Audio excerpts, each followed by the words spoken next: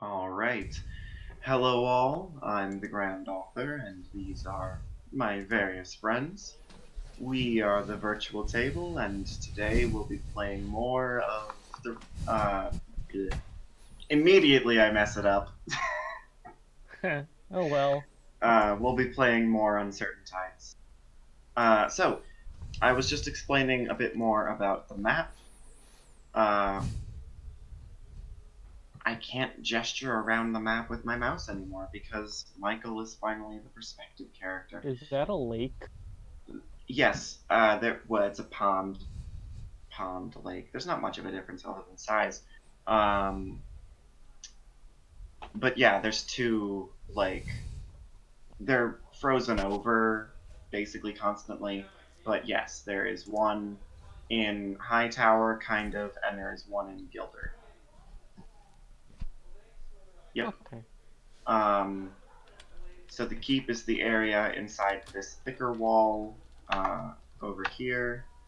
I'm gonna change my color to be more noticeable and also more in theme. Much better. Um, so this is all the districts. For the most part, all of the nicer parts of town are within the main wall of Everflow, and the nest, the burrows, and the stacks are mostly outside the wall. South Bank and Gildern are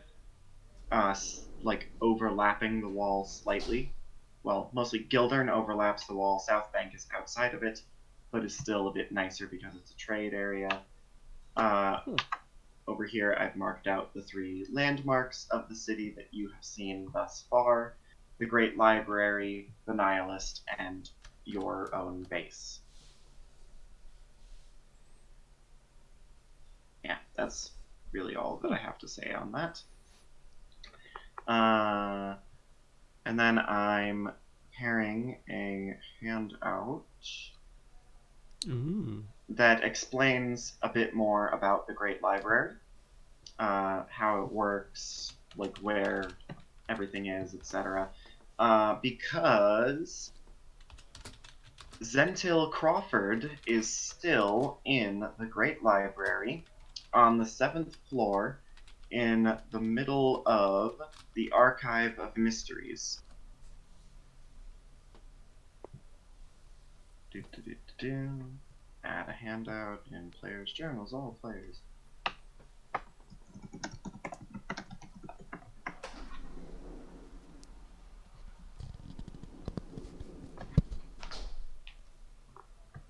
And I'm just gonna copy and paste from my Google Doc.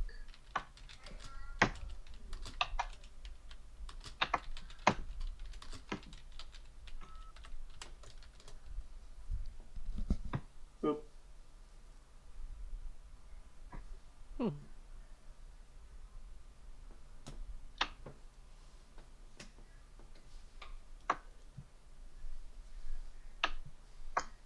This is just really the name of each floor, but it lets you see. Yeah. Uh, so the 10th floor and the penthouse at the very top, going from top to bottom, is Calith's sunroom. It's this mostly glass structure surrounded by several floating arcane mirrors and prisms that refract light into the room and warm it up. Basically, it's a big greenhouse. Calith is a bronze dragon. Uh, he is or, they are native to the deserts, so they are very, very much out of their element. Uh, which is why they spend almost all of their time in the sunroom, and whenever they come out, they are wrapped completely in heavy winter clothing under their dresses. Uh, Huh. Ninth floor is Calith's private collection, where they keep all of their artifacts and books and various things. Um, the eighth floor is unlisted.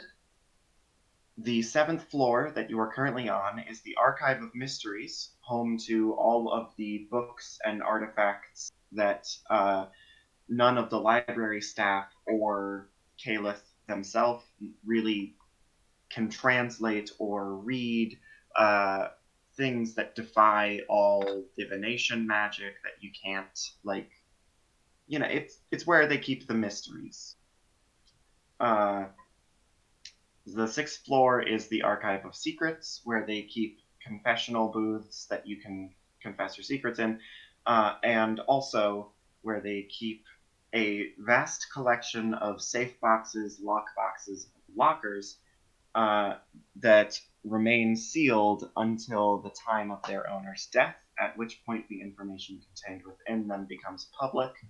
Uh, then there is the Archive of the Planes on the fifth floor, which has interdimensional lore about demons and monsters and, everything to do with the other planes of existence.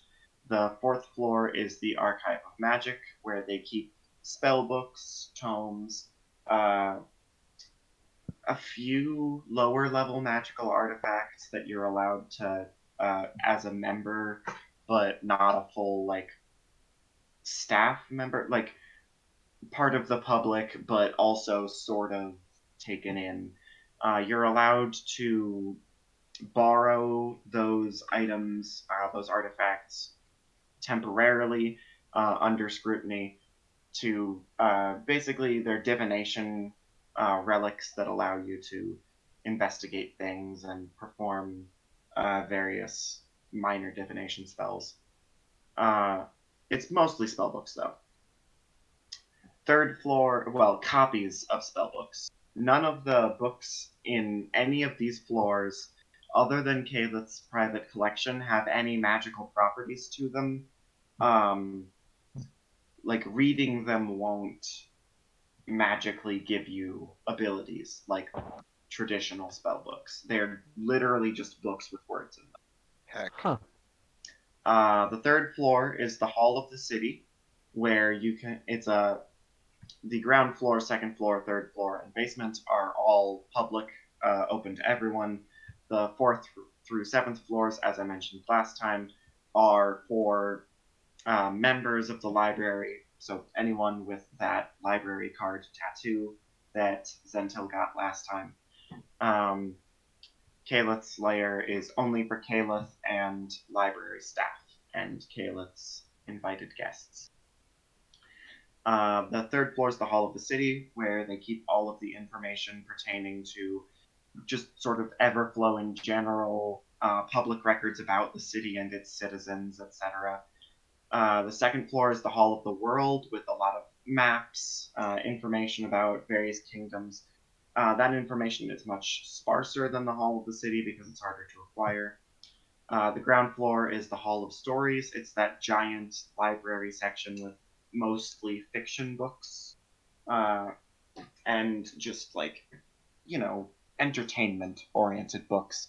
And then the basement is the Hall of Administration, where most of the library staff reside, and also where most of the library staff sort of spend their time, except the archives on the fourth through seventh floors in the membership areas are each overseen by archive staff, uh, and each floor has a head archivist. Uh, this is all information that you, Zentil, read through and sort of skimmed while you were, signing up for your library card. Which is why you know, actually, the name of this librarian in front of you that has stopped you, because they are, hold on, James Halley, head archivist of the Archive of Mysteries. Oh. Uh, he is a human man with short black hair and gray eyes.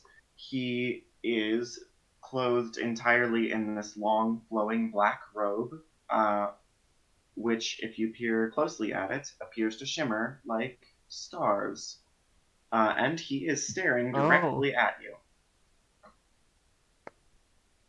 well now he can add another thing to his list of PhDs and whatnot. He can add the wondrous title of Potion of Wonder Tester. You're gonna drink a potion of wonder. Oh no no no! I'm not done yet. So Uh, basically, he's just mentioned the fact that you're reading a book in his archive, which is interesting, and oh okay. I'm. uh, and he's just looking at you, sort of waiting for an explanation. And your uh, response is, "I'm going to drink a potion of wonder," which has a like 1 in 20 chance of spawning a fireball in an archive full of uh, paper. it's a 1 in 100 chance. Wish magic good. Wait. So you're telling me they don't have you know, protection over it? I mean, you don't like roll me. Hold on. Roll me a history check to see Roll how me. well you remember all of that paperwork you signed.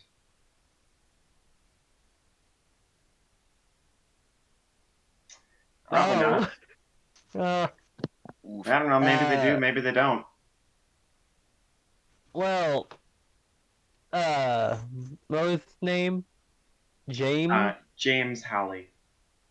Well, Hold on. James,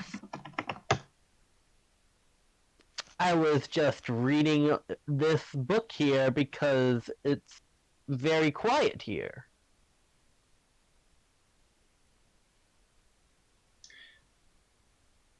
Well, uh, would you mind? That's a recent acquisition. I was wondering if you could read that. Would you perhaps? I'm sorry. Where are my manners? Uh, he. Hold on. Do you keep? What sort of clothes do you wear? Do you keep like your forearms covered? Is your tattoo that marks you as like a member of the library now on display, or would it be covered?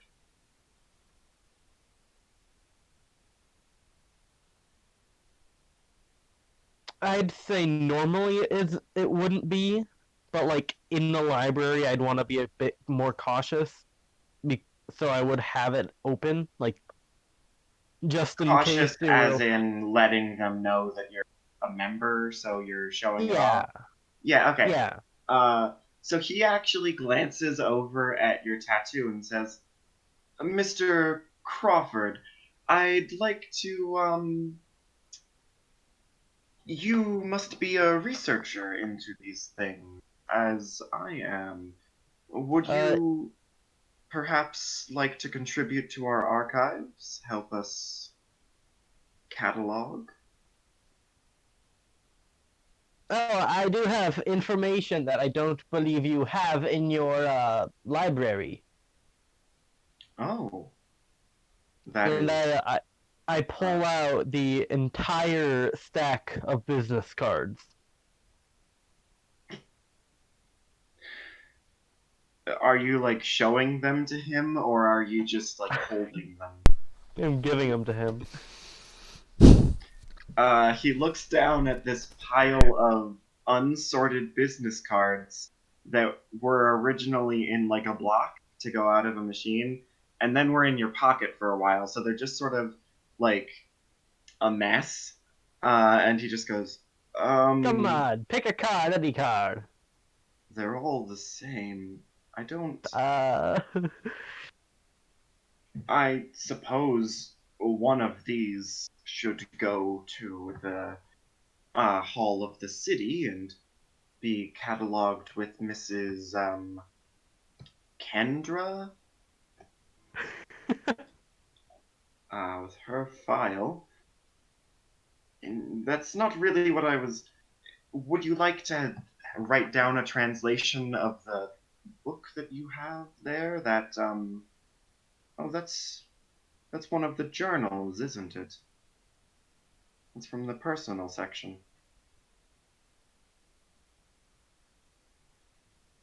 He's not saying any of this in an accusatory tone. I He just know. has one of those voices, and he's Yeah. looking for an explanation because you've Yeah. done something really weird.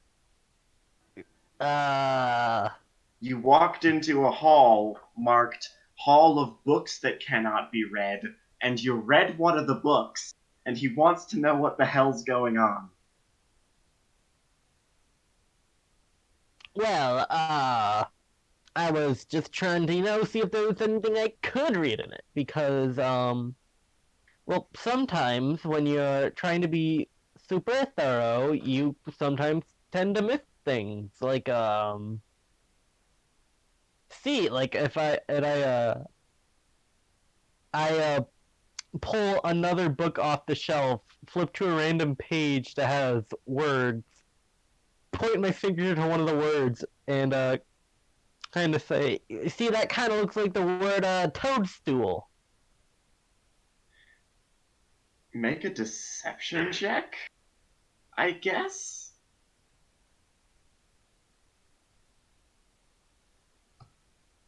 I guess that's what you're doing right now? Oh no. No. Uh, he sort of looks at you, and then, hold on, I'm actually gonna roll insight for I doubt he'll fail that. It's not just for that, though. Uh, Heads up, he is the head archivist of the section Oh, of mysteries, so he has a pretty high bonus. oh yeah, yeah. That's why I don't think he can fail.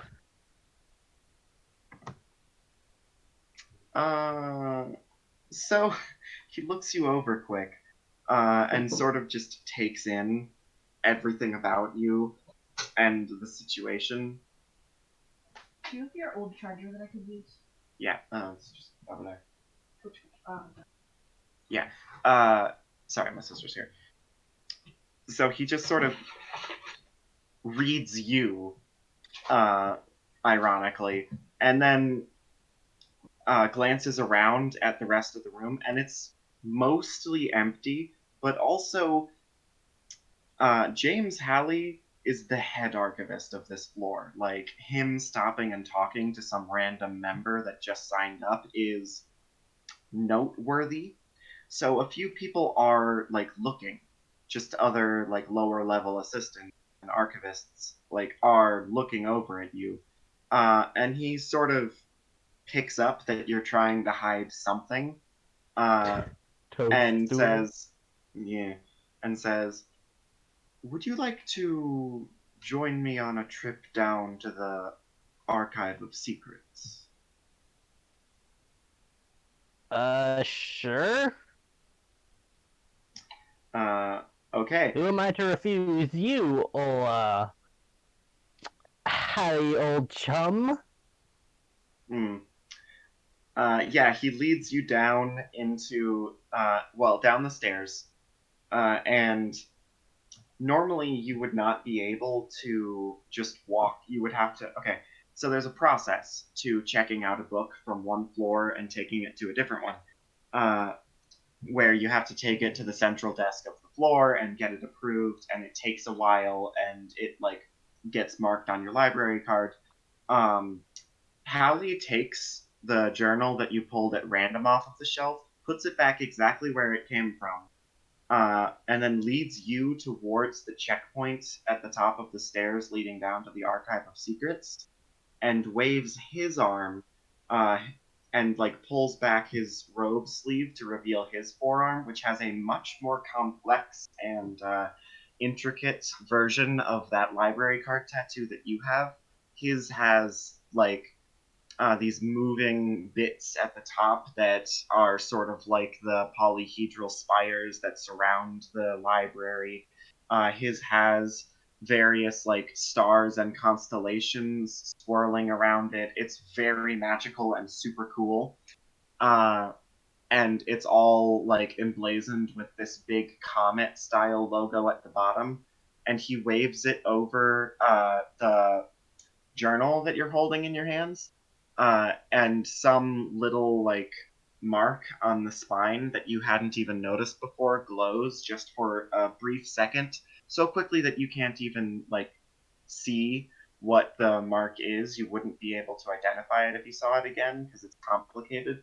But then he just sort of continues walking down the stairs, and you nervously follow him, expecting the alarm to go off for taking a book outside, but it just doesn't go off. You have instantly bypassed the registry, and Huh. you are now holding an unregistered book. And Hallie sort of turns back to you and gestures towards the door to the Archive of Secrets. Are you sure that kosher? Oh, I have quite a bit of sway. And he winks. All right then, James. And May I I call follow you him. Zentil? Alright. May I call you Zentil, good sir? Sure. By the way, I don't know if I've mentioned, as far as you know, you've never told him your name, and also your name isn't written anywhere on your library card. He just looked at it and knew your name. Oh, well, this guy is obviously a high-class library man. Yet he's one of the 7 head librarians. Exactly, a high-class library man. Yes. They can Anyway, do that. he leads you into one of the confessional rooms, and immediately, like, closes the door, locks it, and a huge pattern of spiraling wards and intricate spellwork swirls over the chamber, which is lined entirely with lead. And then he sits Lead. down at the lead, yes. And then he sits down at one end of the sort of squat wooden table, and he gestures for you to take the other seat, where there is a quill in a well of ink and a lot of parchment. Would you like to make a statement?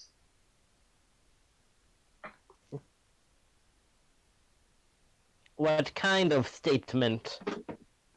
One that would be locked here in this archive until, well, the moment of your death. A secret taken to the grave. Not even I would know it after I leave this room. Oh. I hope you don't understand. Or I hope you don't misunderstand any. No, he hopes you do understand. I misspoke. I hope you don't misunderstand. I'm not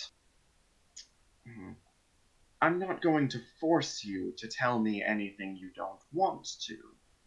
But it's in the best interest of the library to collect all information we possibly can. Something tells me that it's in your best interest that we not have this information right away, at least while you're still on this plane. But Calith would like to know whatever is in that book at some point. I hope you understand. My associate, I don't believe I'm allowed to call him boss directly, is a very patient dragon. They will wait for things to come to a close before they read your statement. Hmm. All right. Maybe, maybe. Probably. And I do hope you know, what is in the best interest of the library is in the best interest of all of its members, even those not on the staff. And he looks pointedly at your membership tattoo. Hmm. Knowledge is power, after all, and I could put in a good word that you cooperate with me to. I keep trying. Okay, I keep thinking like the man upstairs or something along those lines, but there's not like a gender neutral equivalent of that. Our But friend like, upstairs. yeah, okay, there, that works. Uh, our friend upstairs in the penthouse. All right, I suppose I could comply, and I write down enough of the truth. Okay. The Roll me the a parts charisma that saving throw. okay, mainly the parts that don't, do the thing.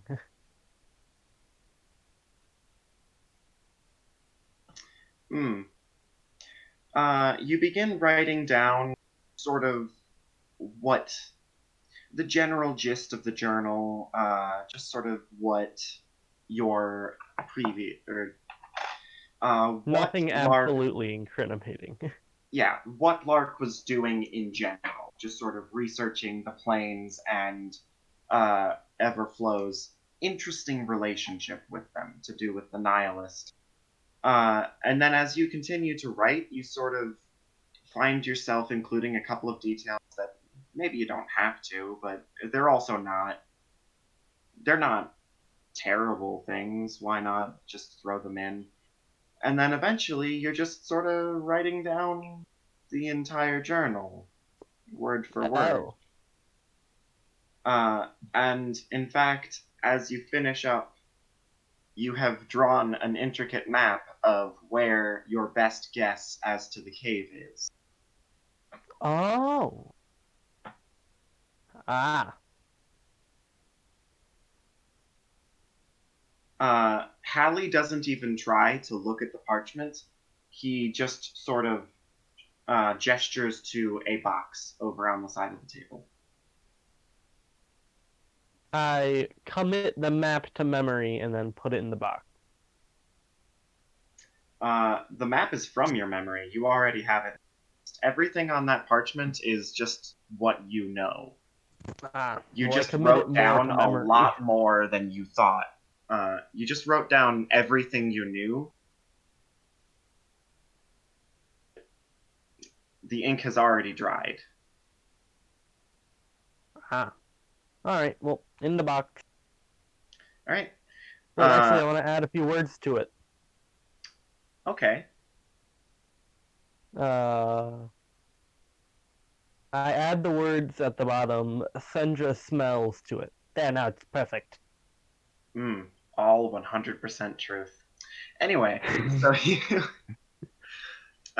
you put it in this little wooden box, and Hallie reaches over and closes it quickly, and then turns over he holds out his hand, gesturing for your arm. Oh, here. He turns over your wrist and sort of runs your library mark over the top of the blank wooden box, and a series of wards and enchantments immediately light up on the surface and brand into it. Uh, and then very, very quickly, he presses a small knife that you didn't really notice he had in his other hand into your palm and gets a few drops of your blood on the box. And then immediately the wound resets. And you're fine. But there is a red stain on this box. There you go. All done. Statement taken. Oh, okay. This will be locked away in our safekeeping, and no one will read it until the moment you pass. Ah. Was there anything else I could help you with? Did you perhaps want to translate some more books? Give some more statement? I guess I do have a weird question. Do you have any more that had similar writing to that, in a sense? I may have a couple. They're not full journals, but clippings we've taken from, well, occult tomes, and little notes written in the margins of some more popular media. Would you be interested in contributing to our archives some more? Maybe. Also, do you have any books on prank On what? pranks? Ah, yes, those would be down in the Hall of Stories. Off I go. Okay. You leave the archives. No one stops you or anything. You did it. Great I've job. done it. Now we're gonna hop back over to Yeah. Shadow. Where did we leave you? We left off where I handed the note and we said we need to talk with the rest of the group on the possible business offer. Right. So, I suppose this is as good a time as any to introduce Aesop? ASAP? ASAP? How do you pronounce that?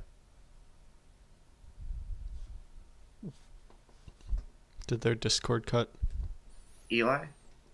Hello? Can anyone hear me? I can hear you. I can hear you. Eli. Oh. How about Oh, there she is? Oh, there you are. go.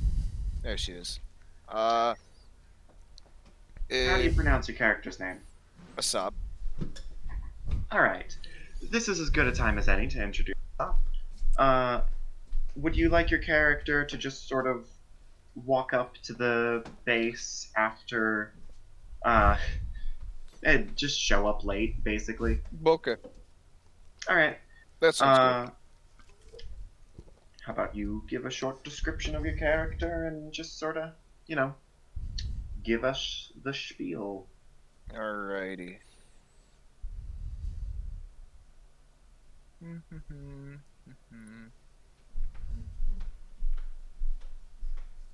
Cool. Alrighty. So, basic image, tiefling, gray skin, black hair, gold eyes, age 32, height 6 foot, quite a slender build, scrawny wizard, the standard.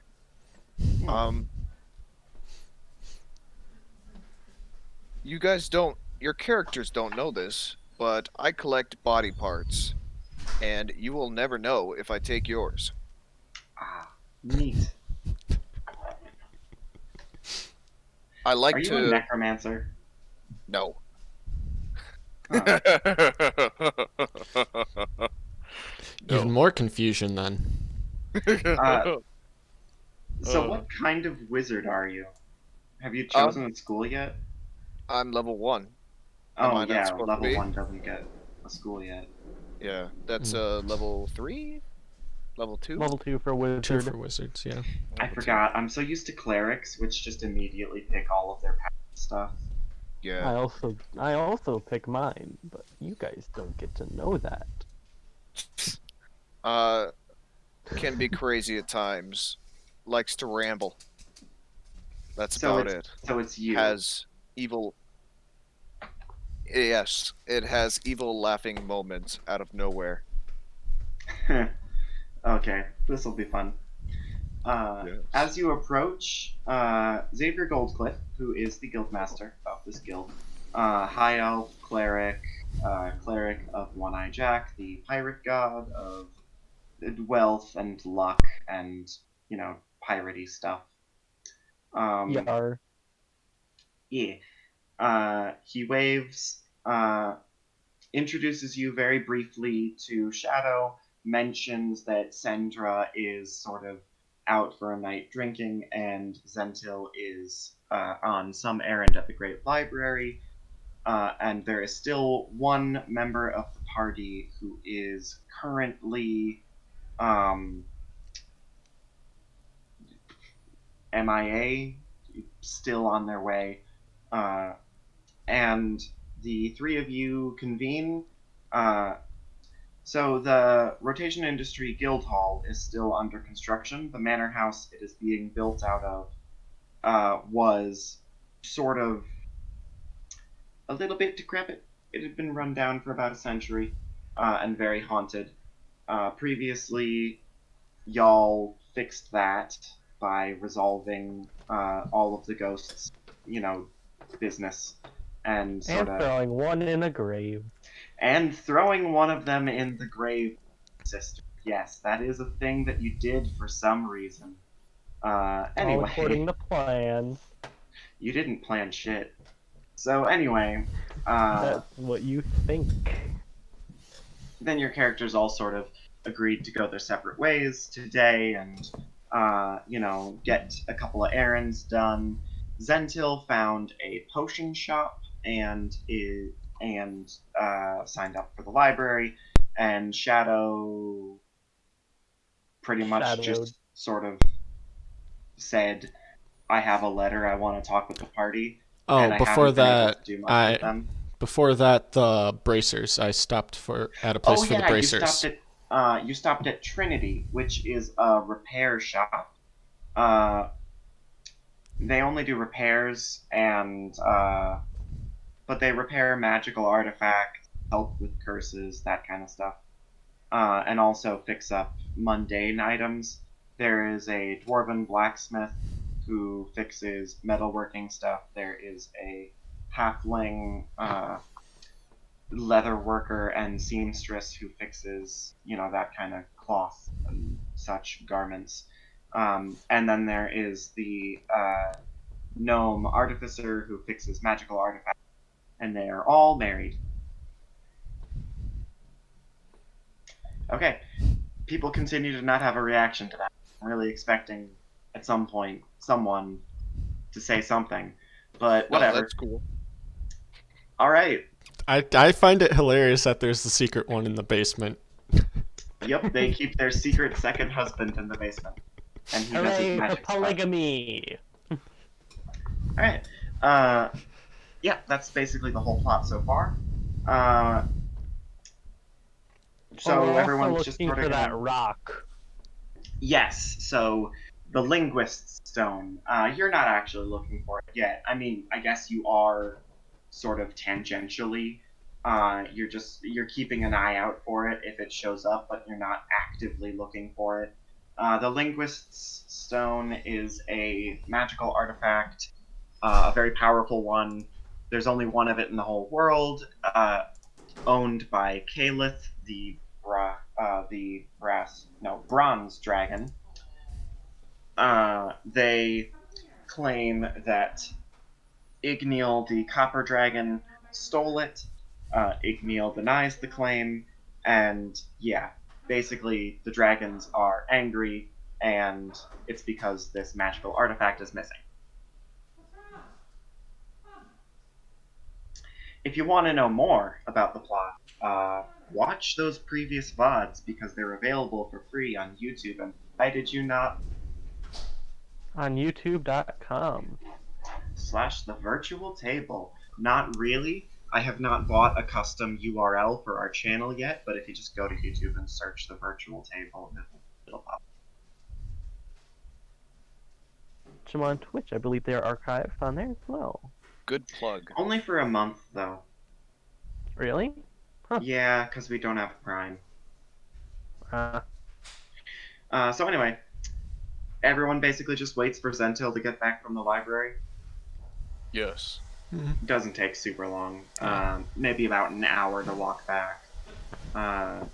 2 hours to get there, an hour to do all of their business, and an hour to walk back. So yeah, it's still middle of the day. Sandra comes back from the bar and is like totally shit-faced, and collapses somewhere to sleep off her hangover. The rest of you, though, are going to. She basically says, like, "Oh, I'll be out of it for a bit," which is my clever way of saying that. Oh, have they? Did Sandra's player mention? Um. Hold on.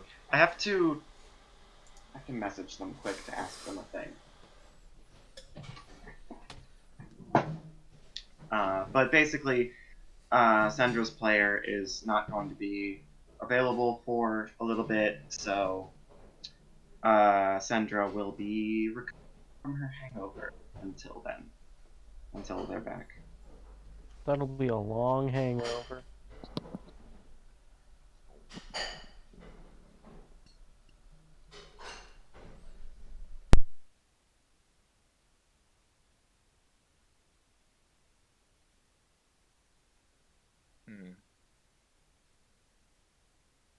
I can't hear anybody. So Yeah, no, Hello. we're not talking. Oh. I'm just Yeah. I'm messaging someone quick. I'm just like, it got quiet. I'm scared.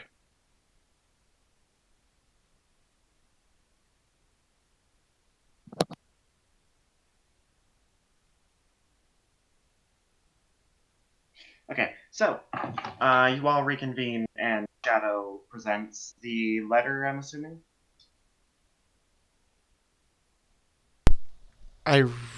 Just wait. I need to look at how it's worded and stuff because wouldn't really want to full on mention the first part probably. Would probably just mention the discussing a business opportunity sort of portion. Okay. It's like, and it, like if we, and like, not that it wouldn't be something that Shadow would tell them, but like if they don't wind up taking the opportunity, well then he'll just pay the money. But they don't need to know about that. So yes, Claragra has offered a mysterious business opportunity to the party, and Shadow basically wants to know if y'all would like to go see what that's about. Wait, that's the gambler, correct? No, Clara is the red dragon that runs a sort of merchant guild and also a couple of banks, and she also allegedly is in with what could be called a gang. Basically, she does a lot of money work. The other crime one. Yeah, it's not illegal here. Here. Nothing that any of the dragons do that like is public knowledge and not just rumor is illegal. Ah, Clara is rumored to be the head of a gang, but that's all like hearsay and speculation. There's no actual proof connecting her to it, and so far she denies it. heresy. Okay, so are you gonna go meet the loan shark dragon? Well, she has a reputation as a loan shark, too. She's in charge of a bank. I don't know. She could back out of the deal. You don't even know what the deal is yet. Exactly. Literally, the whole meeting is discussing what the deal might be. Should we trust them? Oh, hey, you must be new. Yes. Name's ASAP. I thought it was a sop. Yes. Okay. We'll have to learn that as soon as possible, mates. Oh, I see what you did there. Here, know. try this. It's a potion of lordly might. Where did you Huh. get that? I would just like to say, I've worked with Clara before. Not directly, but I worked for a while as an adventurer before I started this guild, as you all know. I have worked. This is Xavier talking. I know. Okay. And in my employ with other guilds, I have taken a few quests from her and her business associates. She's good for her word. She always pays as much as she promises. She doesn't try to cheat anyone out of money. She just sort of. Well, the deals that she proposes are never overly generous, but they're not unreasonable either. She just is sort of a shrewd businesswoman. So the work is And, fair. you know, a several £1,000 dragon. But the work is fair. Every time I've worked with her so far, yes.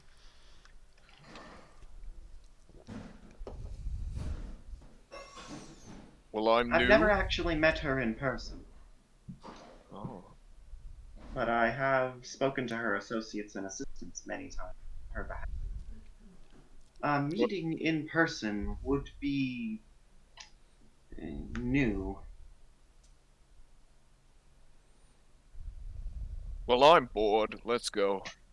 I'm in. Why not? Nothing better to do. Okay. Okay, Shadow. then. Your Don't you word. want to try? ASAP. Don't you want to try the potion of lordly might?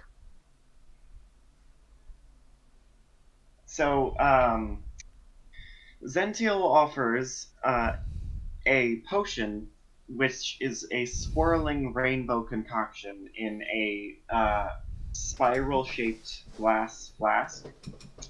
The stopper is emblazoned with a large golden W. I don't know why, but I have a good feeling about this. You're gonna Hmm. drink the Cool. potion? I'll let you have it for 2 gold. 2 gold. I thought you were giving it to me. Oh, no. I'm Hi. giving you a deal. I got this for 50 gold. No, why be so generous to a newcomer? Exactly. Gotta get your trust. Trust. Yeah.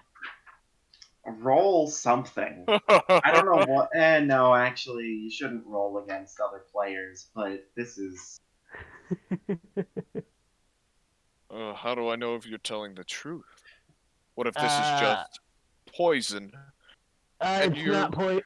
See, look, I'll even take a drink, and I pull out another potion of lordly might, and take a good old swig. Okay. Hold on. Here, can I roll? Oh, actually, I'll let you No. roll. I'll let you roll. Yeah.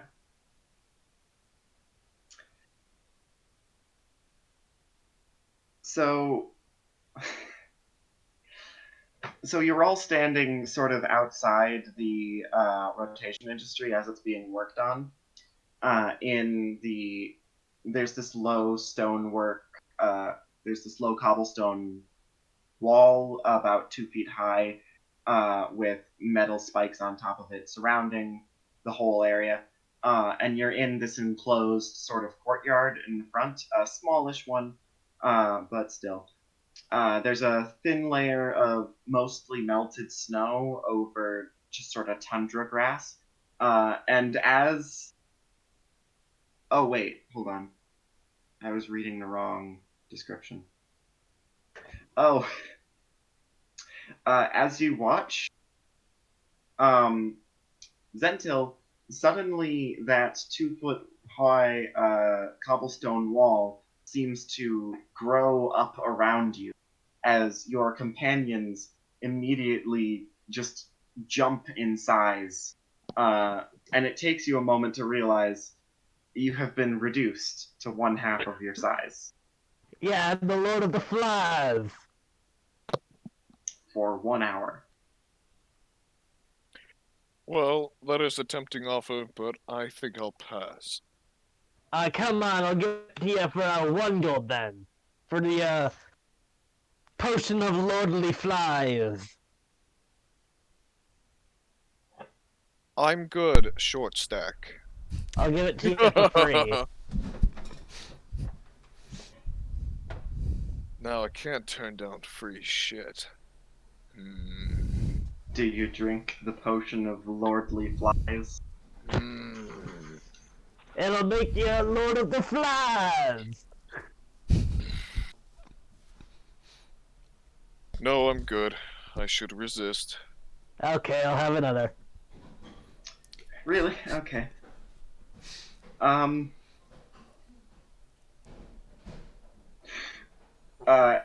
You chug another potion of wonder, and then immediately begin to belch, and this thick black cloud rolls out of your mouth and into the sky and begins just thunderously pouring rain on the entire area in a 60-foot radius. Wait, I remember this. Get to the gazebo. It stops about 6 seconds later, but you're all completely soaked. Sick clouds, bro. Well then, Are we done with this tomfoolery? unless you want to try some. No, He bought 20. He bought 20 of them. He's down to 18. no, I think we should do this some other time. We have a business offer on hand. We should probably wait. Okay, so you're gonna head off to South Bank. Yes. Mhm. Well, I'll just have to try to trick Sandra into drinking it. You can do that later. So you head off. No one actually knows the exact location of the bank that she operates out of. Clara's location is generally kind of secret. But you know one place, and also the letter gives you an address. It is a magic item shop with a bevy of various, mostly kind of not very good magic items. Basically everything that's sort of common or uncommon in the Dungeon Master's Guide. And then a few homebrew things that I'll get into later. But it's this big kind of warehouse-like store over here.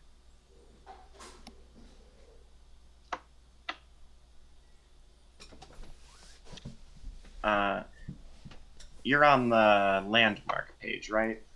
You can see what I'm doing? Mm-hmm. Okay, Yes. good.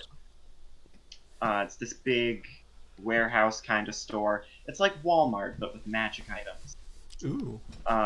It's called Walmart. Clawmart. It's called Clawmart Walmart. because it's run by a dragon.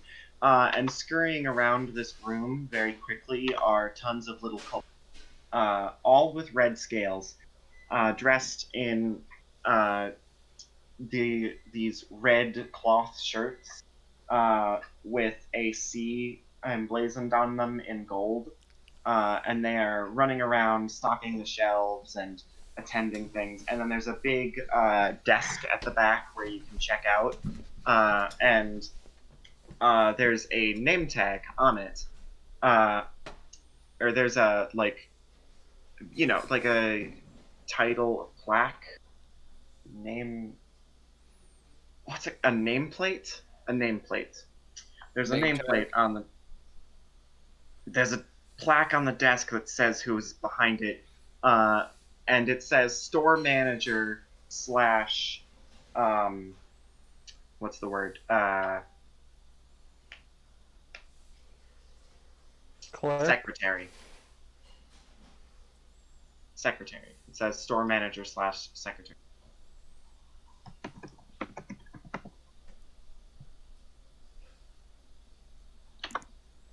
Hello.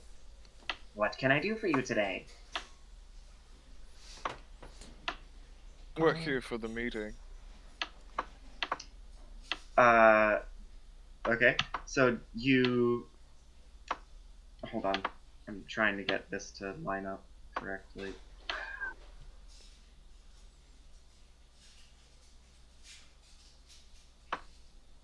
This is infuriating. It snaps to the grid, so I have to put it on one of the, frickin'... Oh, if you right click it, I mean, know I left-click it, can you can- disable that.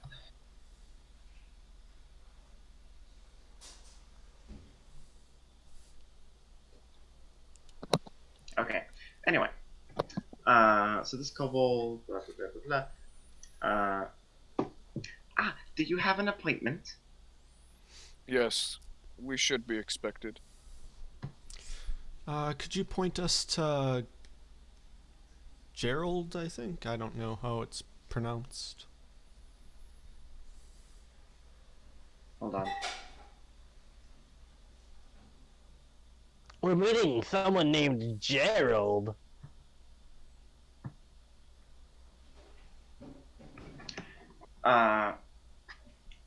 Yes, that's me. I'm Gerald. Oh. We have... Yeah, with... We have business to take care of. With Should Kalar. we talk somewhere private? Oh, what time is the appointment? Whenever Yes. she... Excuse me. Whenever she damn well pleases. Yes. Right this way.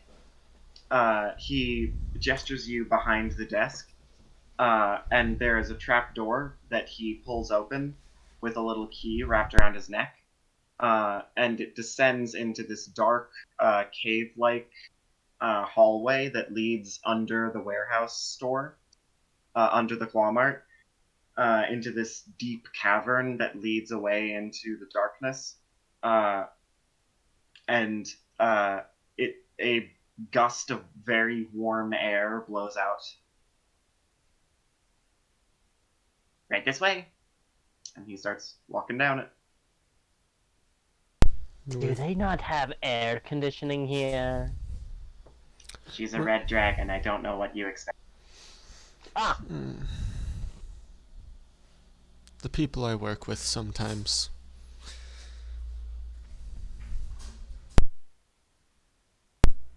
I'm assuming bad you enough follow. So you follow Gerald? Yes. Okay. As you descend into this cave / office, it widens out until there is a vast cavern with stalactites here, and some slow drips of water overhead that turn to steam as they impact with something deep below in the dark. How many of you have dark vision? Me. Nuts. Hi. So everyone but Zentil can see this large form in the gray that sort of blends in with everything else around it, but there is definitely something very big. It is technically a huge creature, sleeping soundly, and then another figure sat in a chair next to a bunch of tables and cabinets set up sort of like an office, except without walls, just like in the middle of this giant cavern. And there are piles and piles of various things. It's hard to tell what they are in the dark because you can only see in grayscale, but like this room's packed with stuff. It's very clearly a dragon sword. I pull out my one of my torches. Anyone got a lighter? Oh, that won't be necessary. Mistress! And the large form begins to move. And then the human figure from the bottom at the bottom of this chamber, sitting in a chair, stands up and calls up to all of you and says, "Hold on, let me activate the elimination." And they spout a few lines of enchantments, and slowly various braziers and torches burst to life throughout the room, bathing this entire giant hoard of gold and treasure and just all the wealth you can possibly imagine in this dazzling orange light that glitters and bounces off of the scales of Clara's true form as she stretches and rises to her full height, taking up almost the entire room. Ah, my guests have arrived.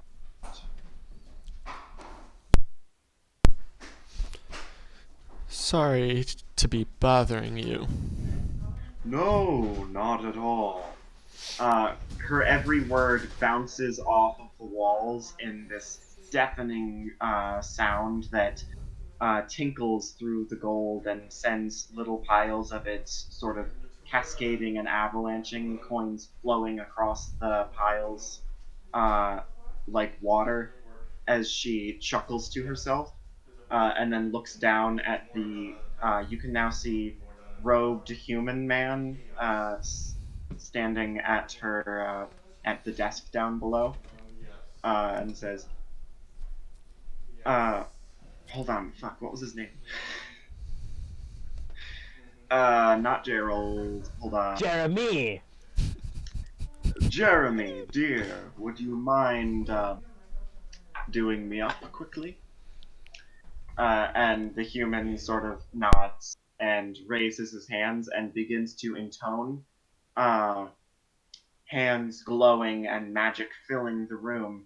Uh, Clara rears back on her hind legs to her like incredibly impressive height and flaps her wings once before she is sort of this huge wind swirls throughout the room and begins to pick up wisps of flame and little sparks from the torches and braziers, and some loose like coins begin to spin around too in the gale, and they surround her and obscure her form in smoke and fire and glittering treasure, before this huge pillar of wealth and fire begins to shrink and transform, and eventually it begins to fall away, the smoky black of it giving away into cloth that makes up her suit, and the flames relegated to the red of her eyes and smoke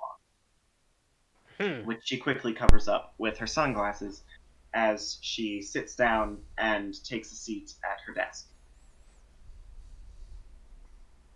Hot. I preferred her as the dragon. Yeah. I get that a lot. Joke's on you, I'm into that shit. Oh, trust Yeah. me. I live in a Uh, town with a college of bards. I hear that line all the time. Oh, you dirty flirt. Oh, Now, to Lord. business. What have I done? Quite. Anyways, you have a business opportunity for us? So you all sort of go down to the faux office in the middle of this giant chamber and take a seat as she offers to you and begin conversing. Gerald heads off back upstairs to continue maintaining the shop. Right, right. So, first of all, uh, Jeremy, adventurers, Jeremy. Jeremy is my financial advisor, magical assistant, and he sort of picks up. I have a lot of hats. I work with the lady. Can I see your hats? Uh, Jeremy sort of gestures at his head, and in a puff of smoke, an illusory wizard hat pops onto his head. Hot. That only one hat. He flicks his wrist, and it begins to cycle between 1,000 different fancy wizard hats. They're all illusory. Honestly, Jeremy, why must you show off? Says Well, I the can woman do a who very literally. similar trick. Hold on, I'm doing banter. Honestly, Jeremy, why do you have to show off? Says the woman that literally sleeps in a giant pile of her own. Well, she's a dragon. She has an excuse. I can do this. Drinks potion of wonder. Wait, do you really? You're still No, small, that- by the way. Oh. No, an hour would have passed between here and here. Fine, fine. That's what you said. But you know your way here. You were just sort of wandering on your way to the library. Whatever. No. Let me just check. What do you do, adventurer? Well, first, I guess we're checking something. No. I can tell. Would you like to feed them?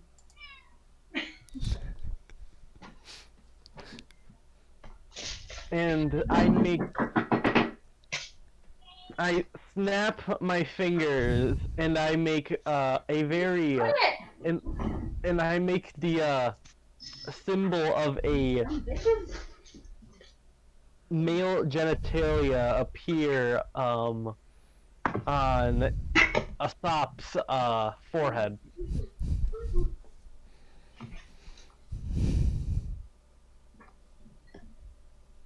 Everyone just sort of looks at both of you. Right. So, To business. do any of you know of Region D to the west, known as the Devil's Spine? Sounds horrible. It is. Sounds delicious. You gonna roll history to see if you know? Sure. Gonna keep talking shit? Sure. Yeah. Didn't change the thing.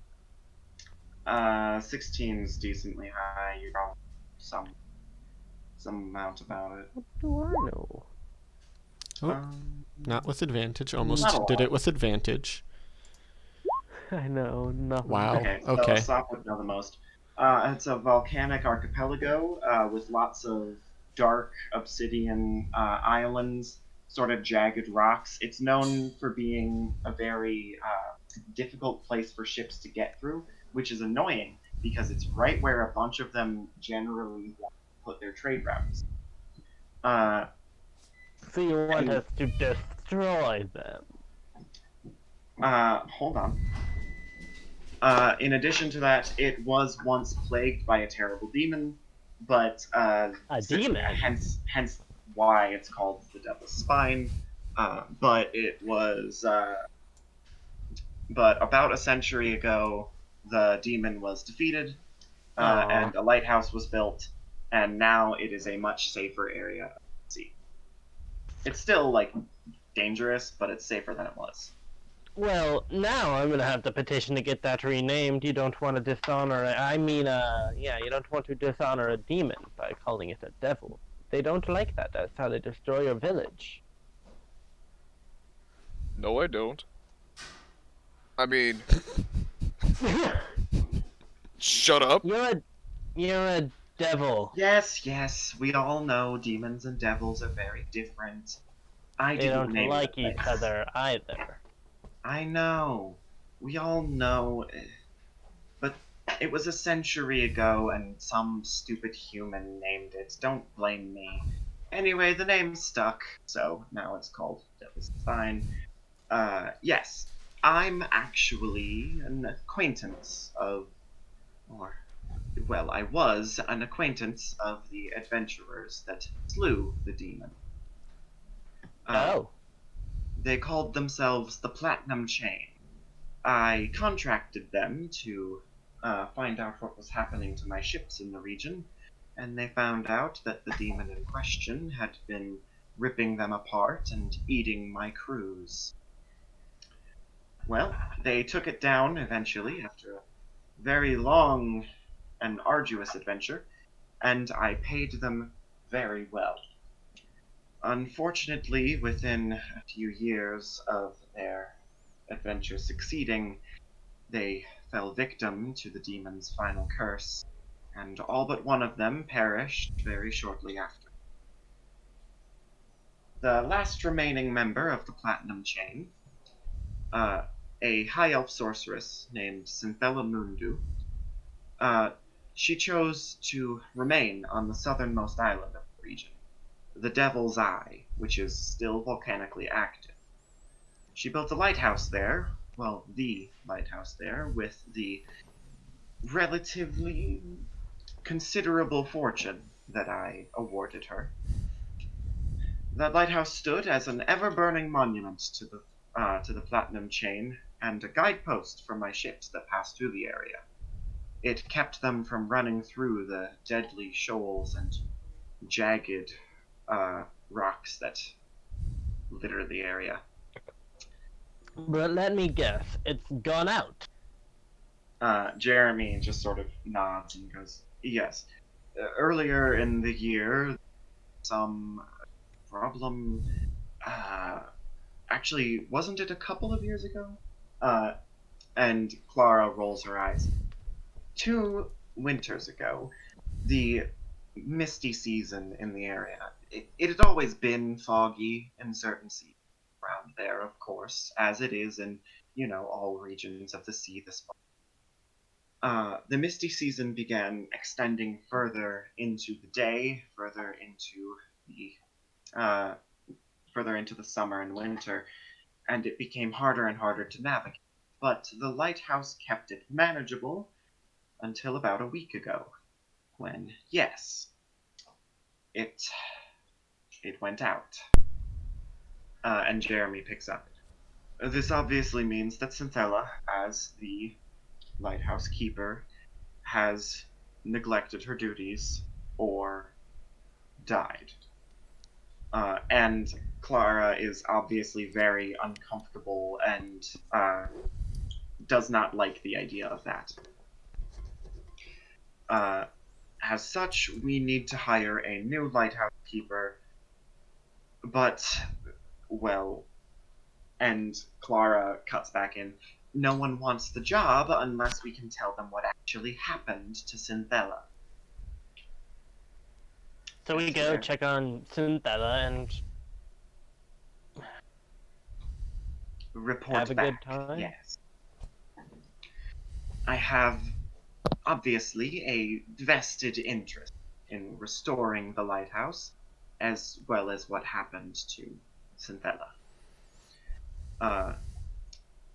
And Jeremy says, now, despite how dramatic the potential lighthouse keepers have been about the issue, the fact of the matter is, it's a deadly volcanic island filled with deadly rocks and cliffs, and Synthella was a rather old elf who was already fragile when she succeeded in defeating the demon. The magic of the curse has since plagued her, so she probably just slipped on the stairs or choked on food or something. Honestly, So sorry, so sorry, so sorry. no, honestly, it was almost definitely a completely mundane death. Happens to lighthouse keepers all the time. We just need proof. And Clara sort of folds her arms and leans back in the chair. But Synthella was a tough old bitch. I don't believe it. I don't think she would have gone out with just slipping down the stairs or. Look, something happened. I don't know what, but I am convinced that something happened on that island, and I want to know what, and I want you to fix it. She ran out of heartburn potion. Probably, says Jeremy.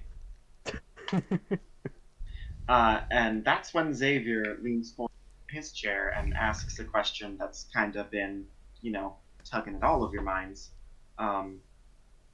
So what will the payment be for this job. And Clara nods with a slight smirk. Yes, yes, gold, of course.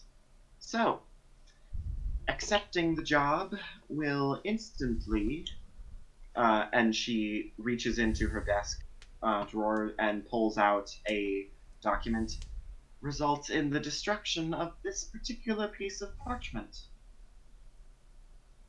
That's before all payments, but I think it will be rather interesting for the kitten. And she places it down on the table, and you all see a notice of basically a contract for a loan with a very reasonable but a steep interest rate. And there at the bottom of the paper is Shadow's signature. Oh. And Shadow, you do not remember signing this paper. So when did this happen, by the way? I don't even remember this happening. Not that I'm not willing to go through with this. You say that, and Clara's smirk kind of falters. I'm sorry. When did what happen? The lighthouse went out a week Sorry. ago. The mist I started. don't to remember to- signing something like this. Not that I'm saying it didn't happen. I was in a bad place, so something could have happened that I don't remember. Hmm. She clearly pauses. Do you? Hmm. Are you certain? This is your signature, isn't it? It is, which is why I'm wondering what happened. I'm not calling you a liar by any means. I'm just wondering if you had any clue on what the hell happened before then, maybe. I don't know. Well, Because I don't that's- remember coming and getting this. I just had she money. looks sort of unsettled by that information, but presses on regardless, and sort of says a short, well, I'll have to talk to the notary who signed this earlier, and then she pulls it back and sort of slips it back into the drawer. But, yes. Right. Agreeing to the job will mean the destruction of the debt. Completely as a bonus and gesture of goodwill. Anyway, your actual payment will be a flat 100 gold pieces, after the cost of provisions and accruement of. I already have a boat heading out in that direction in 3 months' time. If you board it and accept the captain's orders as a member of his crew for the time, he will allow you passage to the Devil's Eye for free, and this 100 gold pieces will go to your entire party. Uh, and Xavier says, 100 gold pieces is nice, but that's the standard rate for an investigation quest. That's the standard pay for, well, anyone. Uh, and Clara nods. Uh, of course, that 100 gold pieces is assuming that her death was completely mundane. Uh, if you can return proof, if you can return with proof that something actually killed her, that there is or was something dangerous on that island, I will pay you the standard rate, the I will pay you the city's standard rate for adventuring, depending on the danger of said threat. And should you manage to neutralize whatever that threat is, you'll get twice the standard rate. And each of you will get 1 free item from my shop. Well, it seems like a good deal to me. How about you, fellas?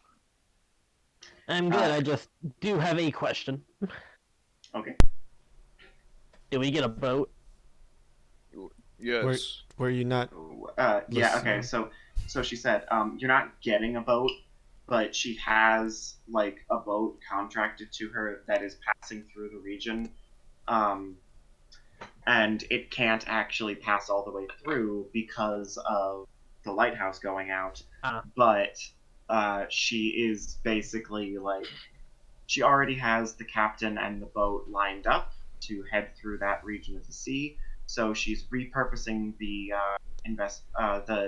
voyage.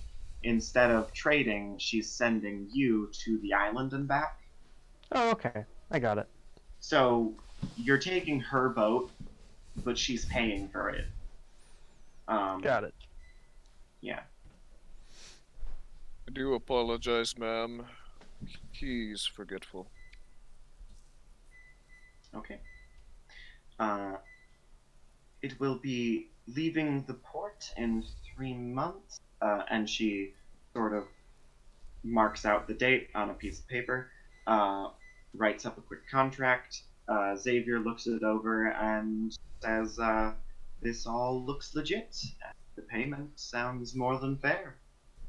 If you choose to accept this quest, I hereby authorize it in behalf of our guild." I accept it. Yes, we accept. Shadow. Except Okay.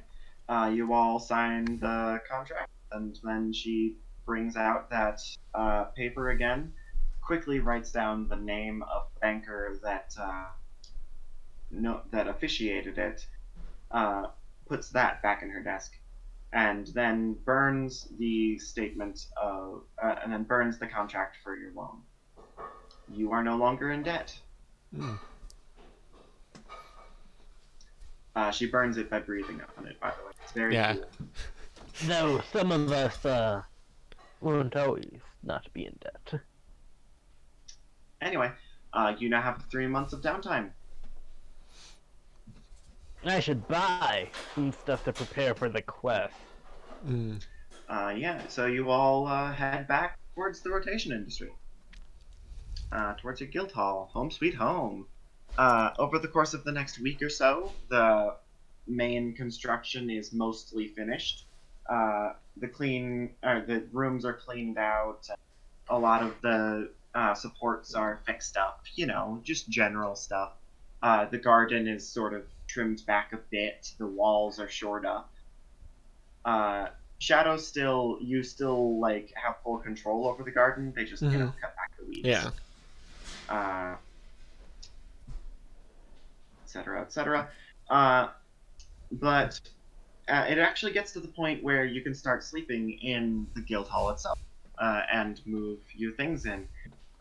Each of you gets the bedrooms that you picked out. Sandra takes the big gallery, and she moves in the piano, the whole thing.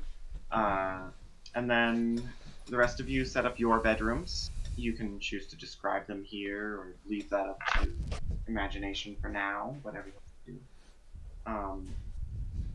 But really quick, after about 3 days of actually living in the guild hall instead of in various inns around town, you are awoken by the sounds of shouting.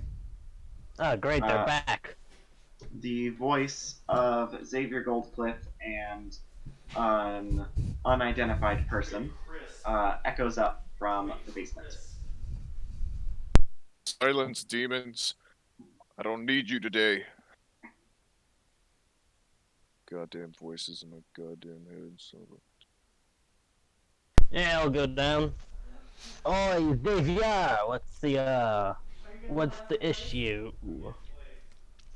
So standing on the steps into the basement, these rickety wooden steps, Xavier is shouting down at a group of about 5 or 6 They are these short little amphibian-looking people. Hold on. What? They're not grung. I know that's what your mind's went immediately, but they are the cold water equivalent.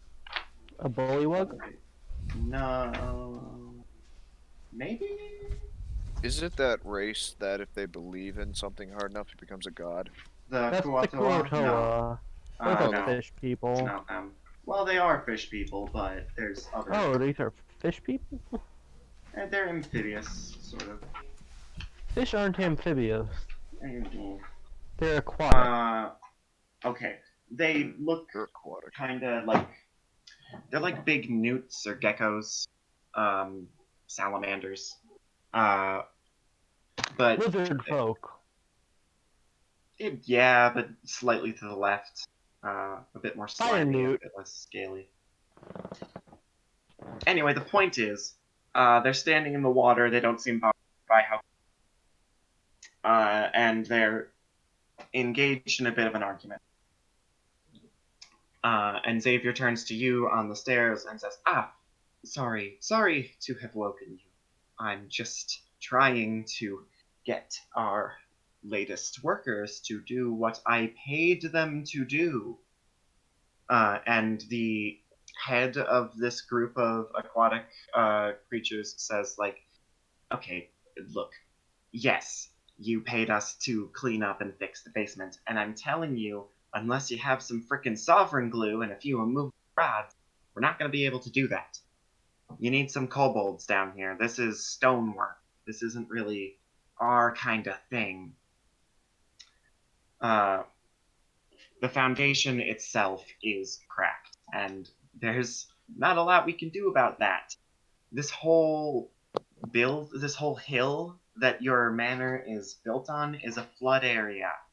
It'll refreeze in a matter of weeks, and every time it does, it's opening the crack a little bit wider and a little bit wider. It's gonna take a lot to fix it up, more than you're paying us.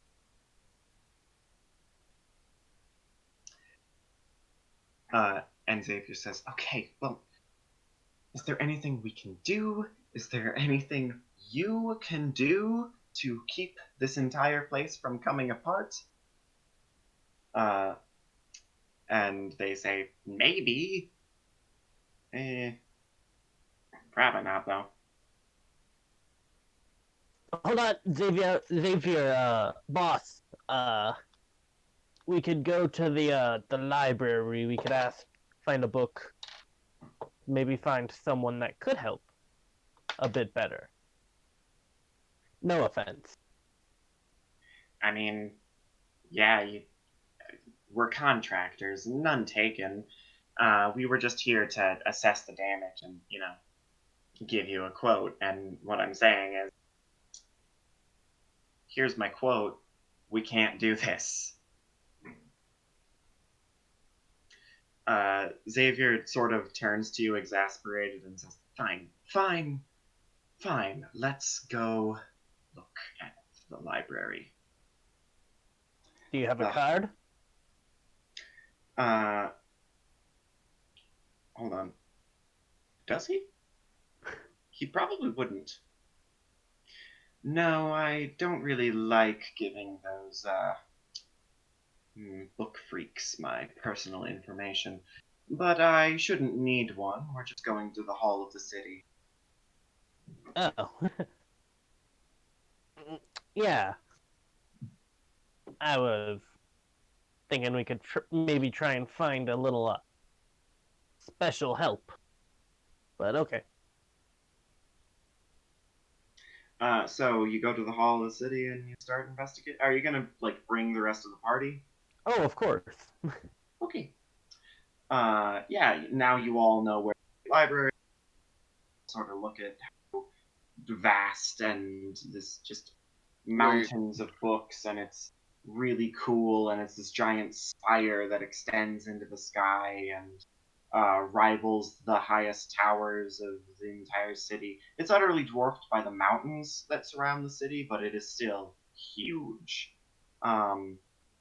Yeah, and as I said, the first 3 floors, the Hall of Stories, the Hall of the World, and the Hall of the City, are all public, so you can just sort of head on up without any trouble.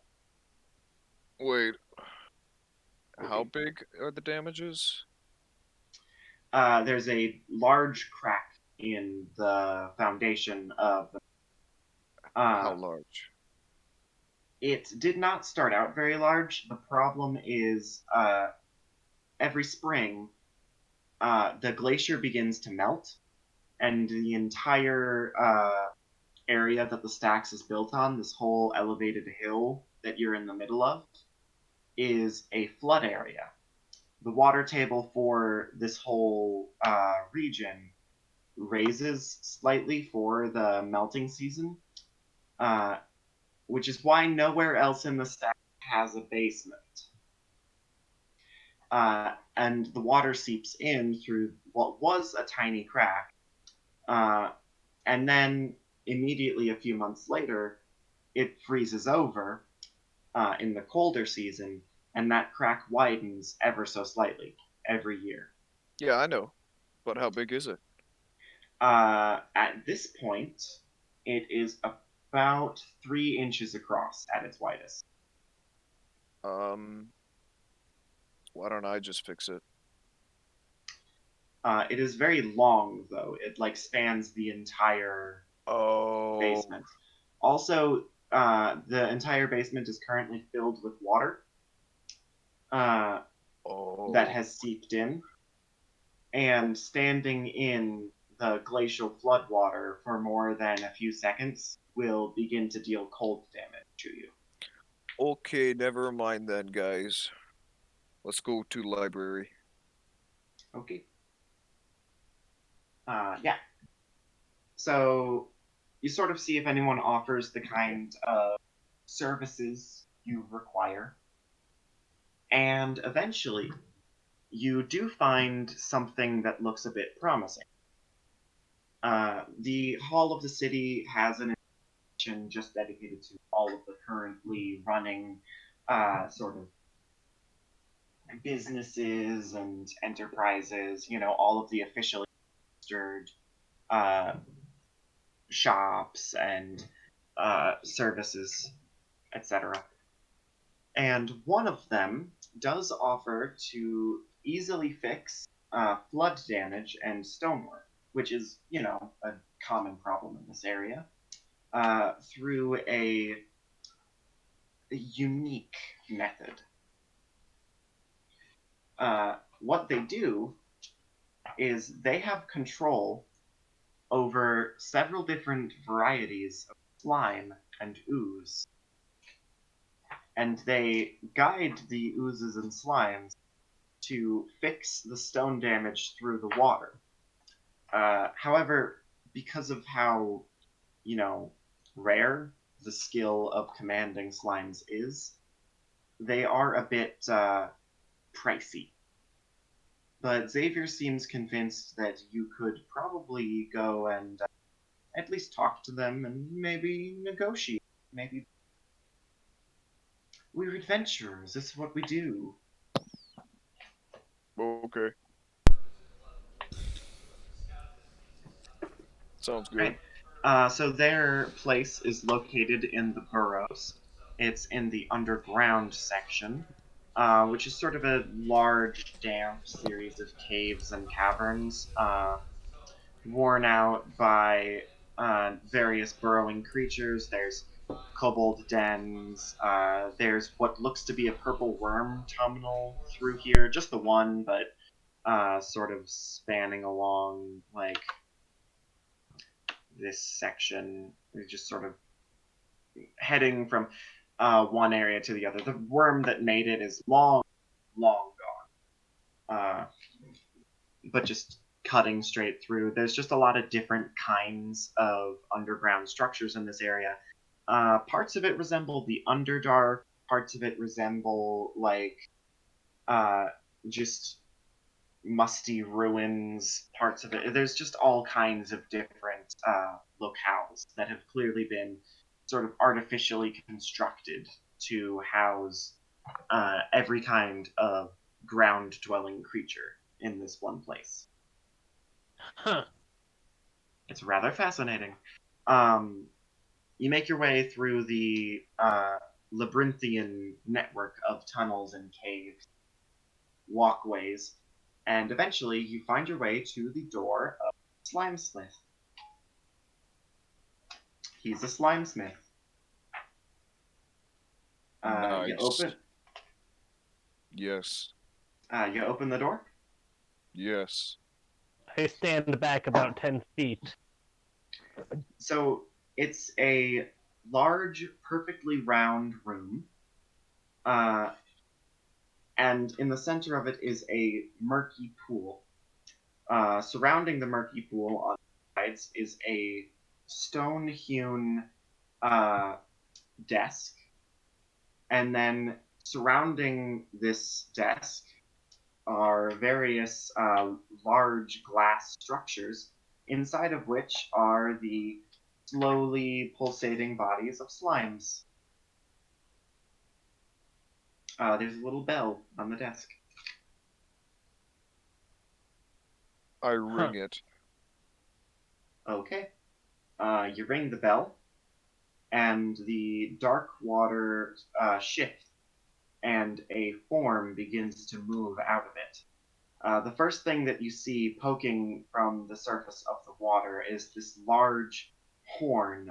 It looks old and stained from the water. It's bound to the back of something by leather. It doesn't belong to the creature it's attached to. It's just sort of slapped on there. Then the skull of a troll begins to poke out on the shoulder of this thing. And then, as its large, wide head pokes out the top, you finally get a good look at this big creature that's just sort of round, a bit short. Uh, its long, thin fingers are covered in this slimy mucus, and its lips are pierced in various places with rings. It has these big horns jutting out over its head.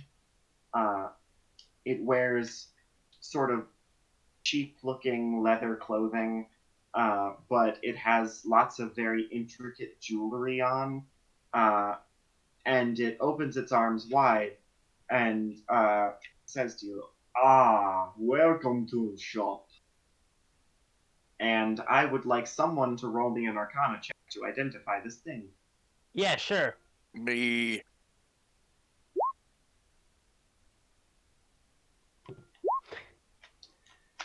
Looks like a big frog. Hot. Oh, Asap, you know what this is. Um, you know what this is, as its green, horizontally pupilled eyes stare into you, and its darker green skin sort of shines under the dark blue torchlight of this poorly lit room. Um, it's a green slod. A bullywug. Cool. What business you have with green? What business you have with Slimesmith? We would like to know your going rates for repairs. It depends on location. You tell him, Gold Cliff. Yeah, Xavier kind of passes off the information about the just the damage and etc.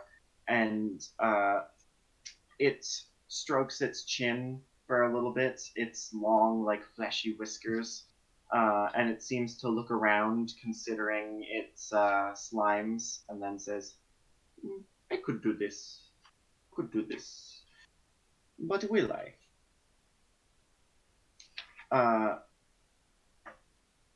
And then he leans over and whispers his price in Xavier's ear. And Xavier goes, "Whoop, you won't. You will not. Hoo hoo. No. Never mind.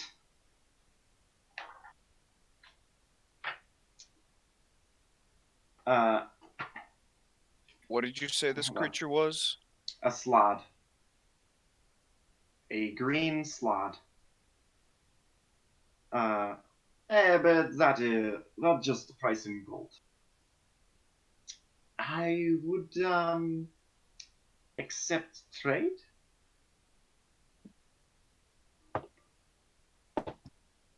How much for a tiefling, not the one standing right here? And I point to a sop. Hmm. Well, I would need to get would need good look at it, but would Did we probably bring cover Sandra? most of the cost. Did you? Did we? Did we bring who? Are you going to Riley's give character. Sandra to this slod to probably, harvest her organs?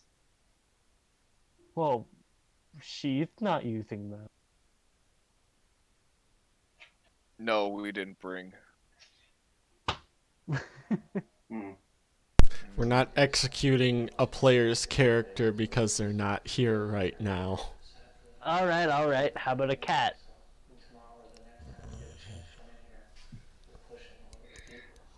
Look. Here is the deal. I have the problem. My A slimes, you problem. see, they need lots of biological material. Oh, I was waiting for you to say that. Not Buddy, that kind. do I have. Well, maybe that kind. Are we far enough? Are we far enough from the nihilist? Um, you're probably close to the edge, but basically, he says, it's not coincidence my shop under other house. Sewers lead here. Yeah? Mm. Now, tell me, may I ask your name? No, I am Slansky. What? Call me such. Such. Now, tell me, Oh, what kind of oh, you're very variety? funny. What Very kind? funny. Now, what kind of variety of biological matter were you looking for? Cause I mean, if I you want to give donation, fine, get your freak on, whatever. But, uh, no. mostly the sewers provide all I need. Well, Uh, However, there is what's it called? It's the big, nasty fucker. Uh, it's got this, like, big, like, fleshy tentacles, eyes on the ends of them. Lots of teeth. Otiug. Oh, yes, Otiag. Uh, it's, living in part of the sewers. It's been, taking some of my stock. Would like you to Eliminate it. see. I, I well, frankly, looking at you, no, you'd die. That's fine. Uh, but if you could seal off area of sewers where it is dwelling, make sure that flow is taken back to my area. You will have to deal with the other sewer dweller, the gross things, those Tetrorbe, Tepe, Trophy, whatever the fuck they're called. Uh, those. Troglodyte. Oh, you are familiar. Yeah. Uh, Kill some of those. You know, sort of redirect the sewers towards me. Then I fix you house. But what about our friend upstairs? Okay, I don't know what you're. Oh, the nihilist. Right. So, parts of sewers where troglodytes live outside his range. Don't worry. Okay. Just No. had to make a sure. Bad No. news. Parts of sewers where Otyog lived also outside his range. You Okay. will be eaten. So, don't be seen. Hmm. The troglodytes are, I think, worshipping it? Super gross. Whatever is going on there. Don't want any. Just redirect sewers, don't die, come back here, and I will use slimes to fix your problem. Well, off to kill a troglodyte. Okay? Or 2. Maybe 3. Everyone good with this plan? Yes. Hmm. Alright. And I don't think you didn't understand what I meant by biologic material. I was so happy you were taking that in a sexual manner. I mean, Body were you just parts. Oh yeah, your character collects body parts. Forgot about that. Body parts. Hmm. Mm. Anyway. So you head through the burrows towards an area of. So the whole city is sort of built on. Because it's between the glacier, which is a high point over here, and there's also a high point over here, and the river is usually the lowest point. But they had to dig really deep into the burrows to make the cistern and cesspit where they keep it, because they take their drinking water out of the river, right? They don't want to dump all of their sewer Yeah. there. Uh, so they made this big cistern area that sort of filters it into the earth again so that it doesn't infect everyone.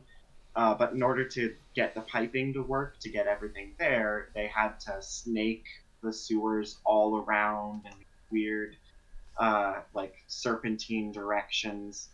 It's just a real maze down there. Marvel of infrastructure, uh, made with kobolds and slimes and all sorts of different magical means. But it is fucking hell to navigate. And maps of it look completely nonsensical.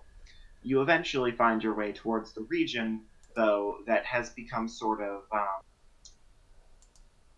it's it's scribbled out on the section of your map, uh, and there are bypasses for it closer towards the Nihilist.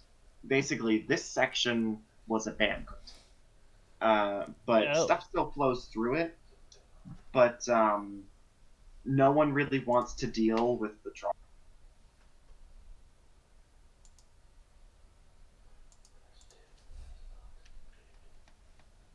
Yeah, and you're in sewers. I don't know what to do. It's sewers. You know what sewers look like in Dungeons and Dragons. Um, there's a long just hallway, sort of turns every now and then. There's no there's no intersections yet. It's just sewers. Huh. Hmm.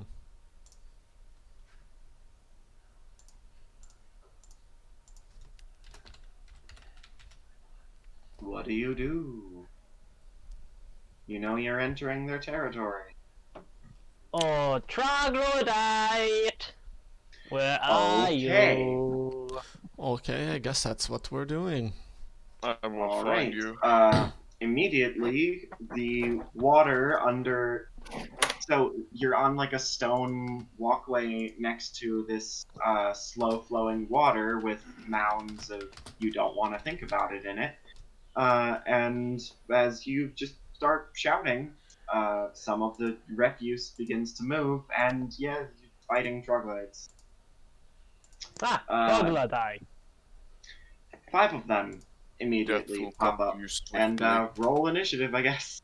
Hmm. Hold on, let me get you to a battle plane.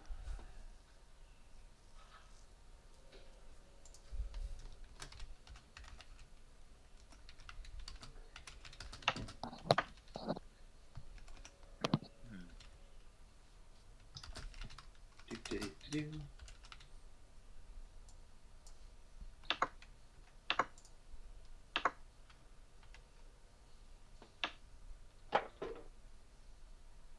So this will be the section of like stone walkway. There's another one across the way. It's a very large tunnel, and this extends much further in both directions. But this is the part that you can see. And then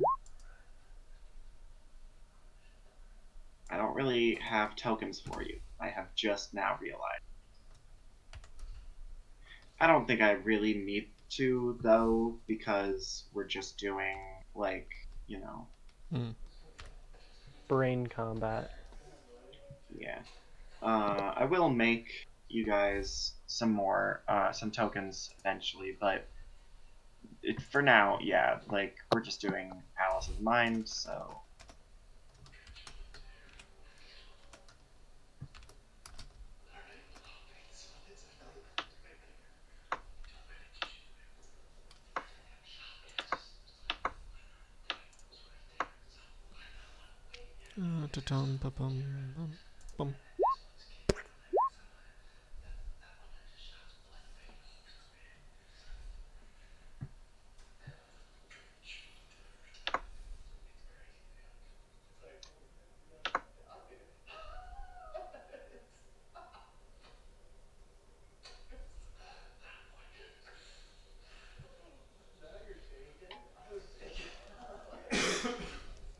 Where's the turn order tool?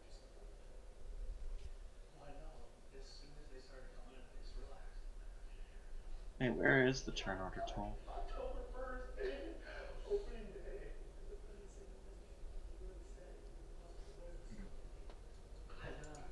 Oh, there it is. They're banging over in that bowl, which is not where they're bed during the summer. They're down low during the summer in that area. Oh, I have to make it a token. It's odd when that egg was found, we could hear stuff, and it was like, what the heck, yeah. I raised that dark spot right by the arrow, and it was 20. I'm like, as soon as you stand, right when you're standing there, I'm like, Wait, really? You can't make it a token? You have to. Fine. you know, I guess if it was just them two, Um. bigger one, but You can just Yeah, add it's labels good. to the turn Yeah, tracker. we'll just October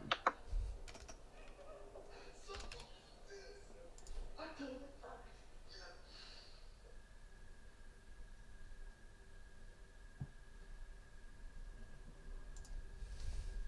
How do I do that?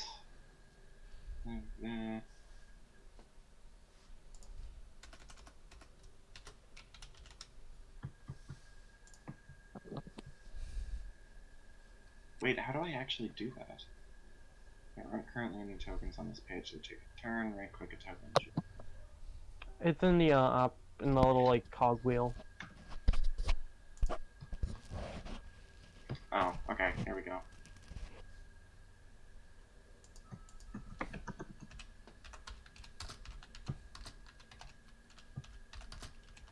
Hey, that's me.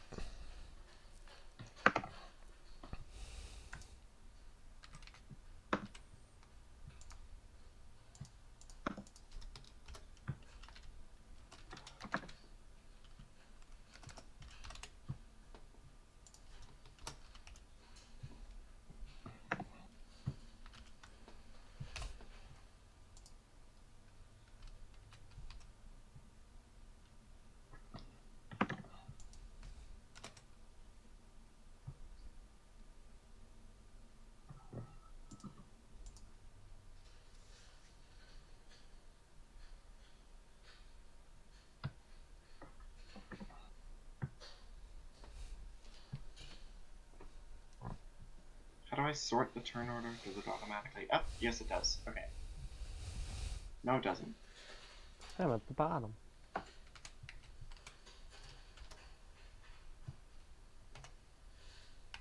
Oh, that was alphabetical sorting.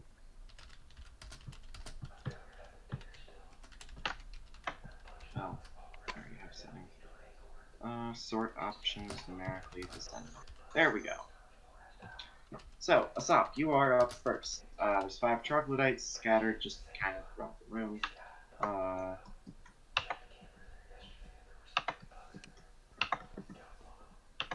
Oh, There you go. And then y'all are up here. Key for party. And it's Man. just you 3. Xavier is not with you. Alrighty. How close would you say they are? Between like 5 and 20 feet, Hmm. depending on which one. They're not grouped too close together just yet. Oh. Okay. Well, might as well start this off with a bang, shall we? Sure. Magic.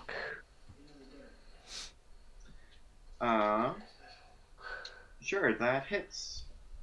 Are you aiming for just the closest one, or? No, the furthest. Alright. Ah, damn. That I one forgot on to the mention right. shit.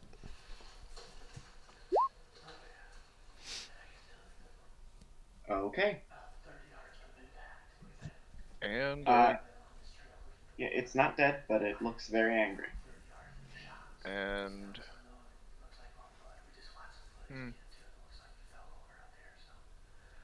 Yeah, I'm gonna flip him the bird, and that'll be it.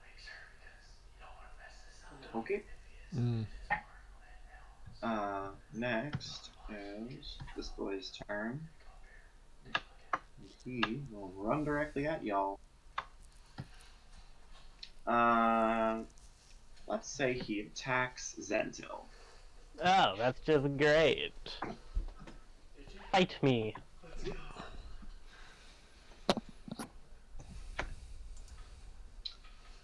Does a 13 beat your armor class? It meets the so half. Okay. Good job, Ted. Um, It was so Yeah, I agree. so that's 3 damage. Okay. And then does a 21 beat your armor? Yes, it does. Yeah. Oof. And that's 4, so that's 3 piercing damage and 4 slashing damage, if it matters. Ow. As it That rears back and bites you, and then, oh wait, it makes 3 attacks a turn. How about a 22? Yeah. And then you take another 6 slashing damage.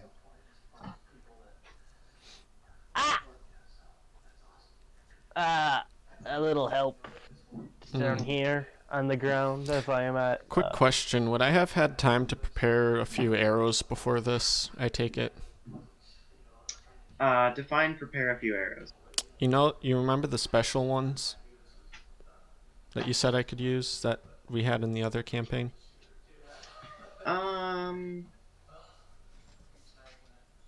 You've had a couple of weeks of downtime, so some.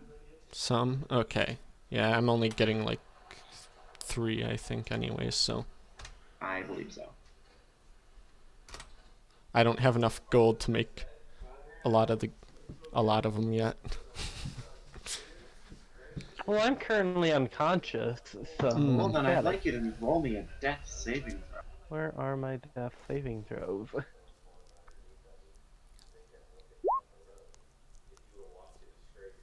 Oh. You pop back up. Ugh, You're on 1 HP.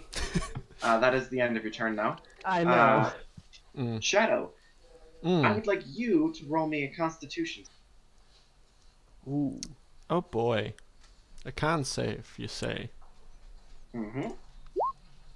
Nope. You are poisoned until the start of your next turn. Great. Do you know what the poisoned effect does? I have disadvantage on attack rolls, right? Is one of them. Attack rolls and ability checks. And ability checks. Yeah. Mm.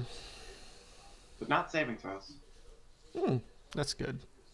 Let's see here. So would that one be right next to me, or? Yup. So I'd have to do disadvantage if I shot at it. Don't really want to risk trying to leave that thing's range and getting hit, so I'm just going to, yeah, I'm gonna dagger. That's one hit and one miss. Sums up my life. Just kidding.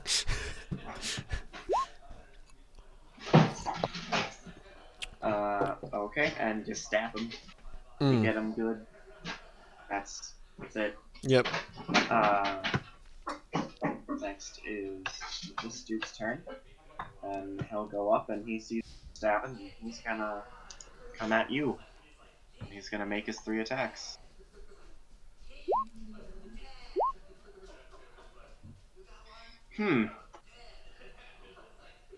What's your armor class? Which one of us again? You. Me? Yep. That's 2 hits. Who had to awaken the Krakens? Metaphorically. And I'm down. That is, oh. That's 12. Piercing damage and 6 slashing. That's 1 over my max. You are level 1. And then, next one runs up and Asap. A fuck. What's your armor class? 2 hits. Because my armor class is 11. Who had the bright idea of awakening these things? 9 damage total. I am also down. Well then, the last one's gonna run up to Zentil again, as the only one of you that's still standing, and probably instantly kill you. Well, that was a fun campaign. These are challenge rating 1/4.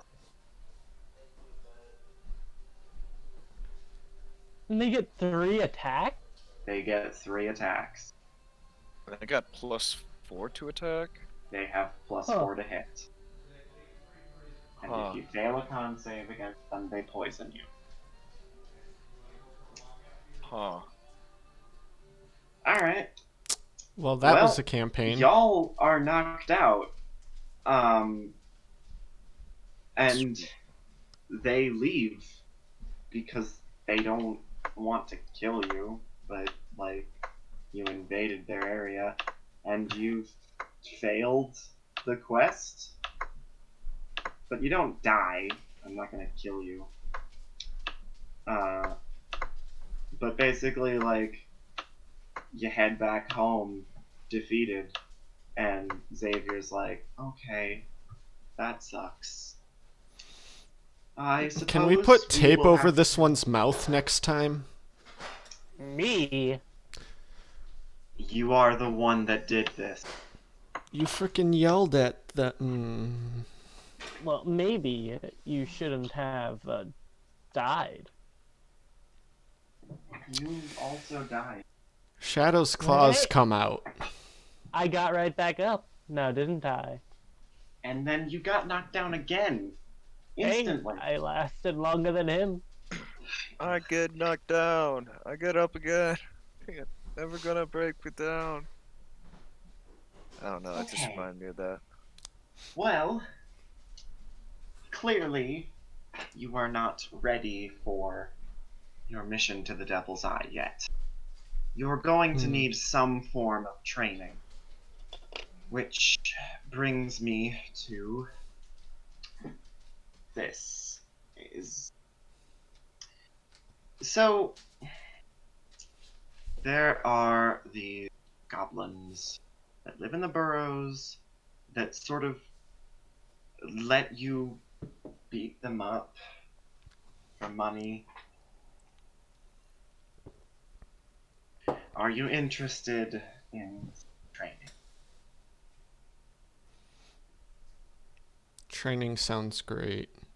I want to Also kill those putting- damn troglodytes.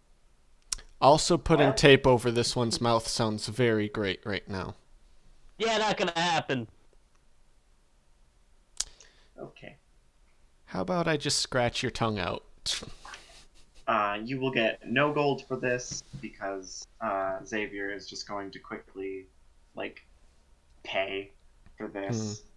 Basically out of his own pocket. It's relatively cheap, but basically, okay, here's some goblins. Don't die.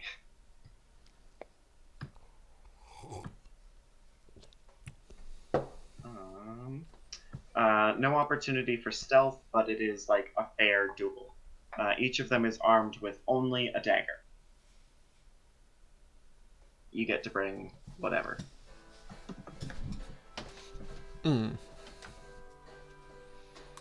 Huh.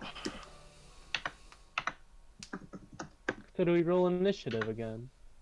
Yep. Okay.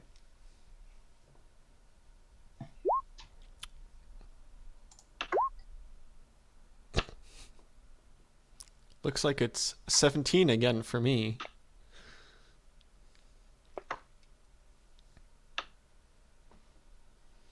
I guess we're fighting a good game. Haha, you're very fine.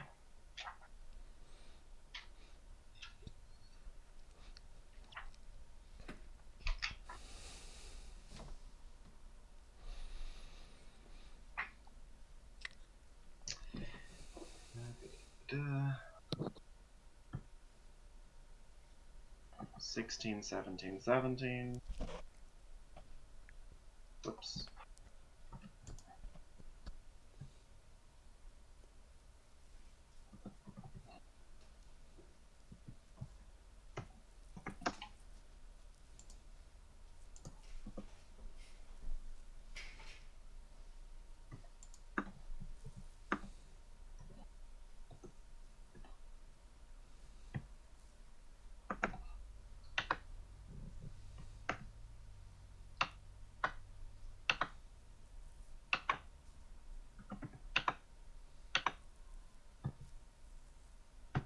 Okay.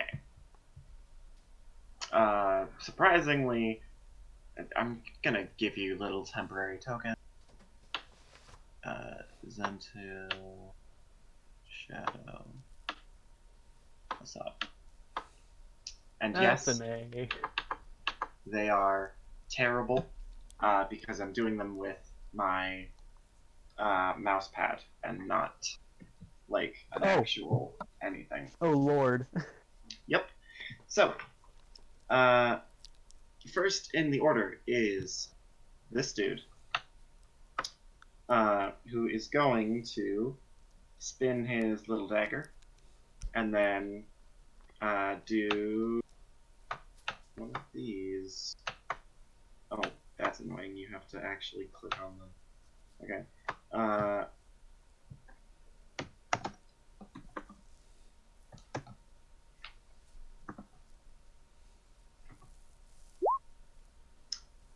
He missed. Alright. You missed. Shadow. Can I actually control? No, I can't really. Are you moving? Yeah. You are within melee Oh, I range, am within so- melee, yeah. but... so we're not all clumped up. I'm gonna move back there. Can't bonus action disengage yet, so opportunity attack.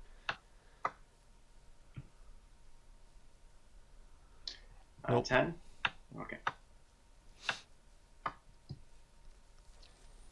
And then at the one that is engaged with Zentil. Yeah, let's make it one of these. Yeah. That hits.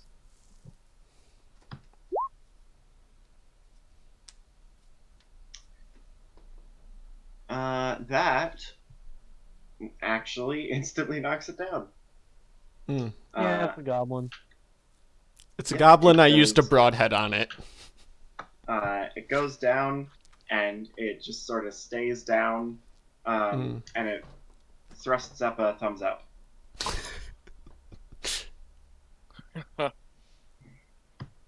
Asap, your turn. Alrighty. Seeing that, I could end this really quick, but this is training. So why not have a little bit of fun? And I'm just gonna punch the one right directly in front of me and cast this. Holy sh! You grab it by the neck and frickin' electrocute it, and it goes Rearc and falls over, and it's surrendered. I can speak Goblin. What did he say? It says we surrender. Oh, okay. One left. Yeah, one left. Watch, I'm gonna biff this. Nat one. Oh, I can't get those.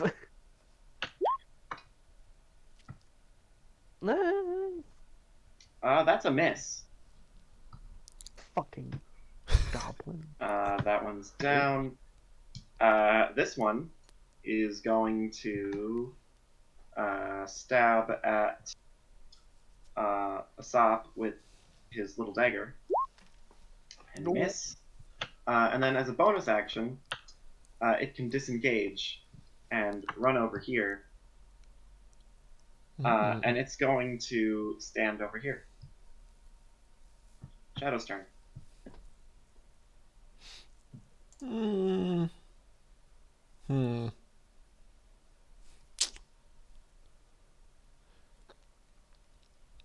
Let's just use a regular arrow this time. Well, that's a hit. And that, hold on.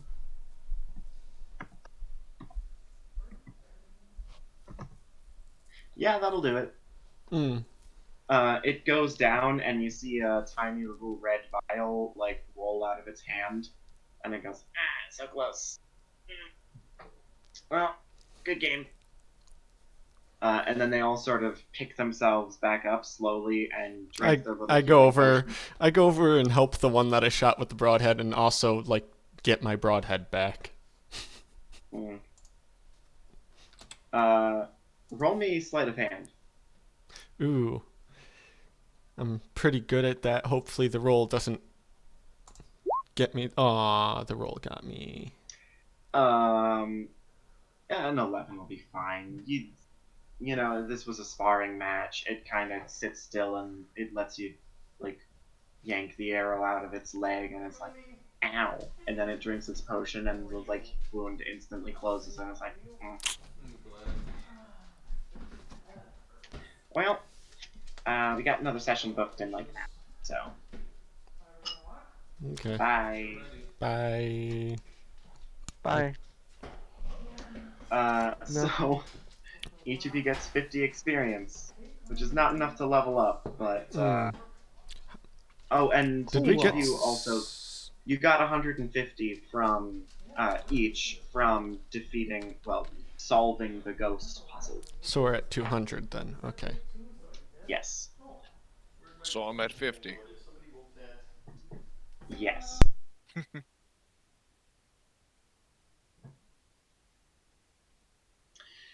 Okay.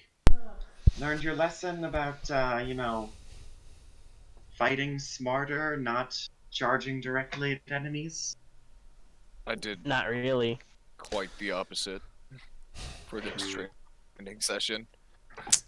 I'm the only one that actually backed up. I tried to do stuff. Okay, this is going to be a long campaign. He Mm. already Alright. ran away from me. I did not need to back up. I think we're gonna leave it there for tonight. Mm. Alright. Okay. You can try again at the Troglodytes and the Sewer Dungeon when we play in 2 weeks from now. Yeah, so for people watching at home, we're switching from once a week Sunday mornings to twice a week, or well, to once a week every Thursday. But we're going to be switching off. This week is my week. Next week, Jaden is going to be running Icewind Dale. The week after that, it'll be back to me, and so on and so forth. This is just a temporary situation. Hopefully, eventually, we'll be able to run like twice a week, both campaigns once a week. But for now, this is the situation. Sendra's player can't play at the moment because they are moving. I am also going to be moving soon, but I'm literally moving like from one part of this house to the other apartment in the same house, so it's fine. Um, and Thursdays are also kind of temporary because scheduling is kind of a nightmare right now. In the year of our the year of some people's Lord 2020 with freaking pandemic and voting and everything. So, anyone else got anything they want to say before we wrap up the session? Remember, kids, don't do drugs unless they're free. What? I don't do drugs unless you're told to by your doctor. Or Zentil. If Or if they're Zentil offers free. you a potion flask full of random drugs, you should drink it because it will be funny. Unless you explode. But even then, I will have a good chortle in the afterlife. Yes. Anyway, see y'all next week. Later. See ya. See ya.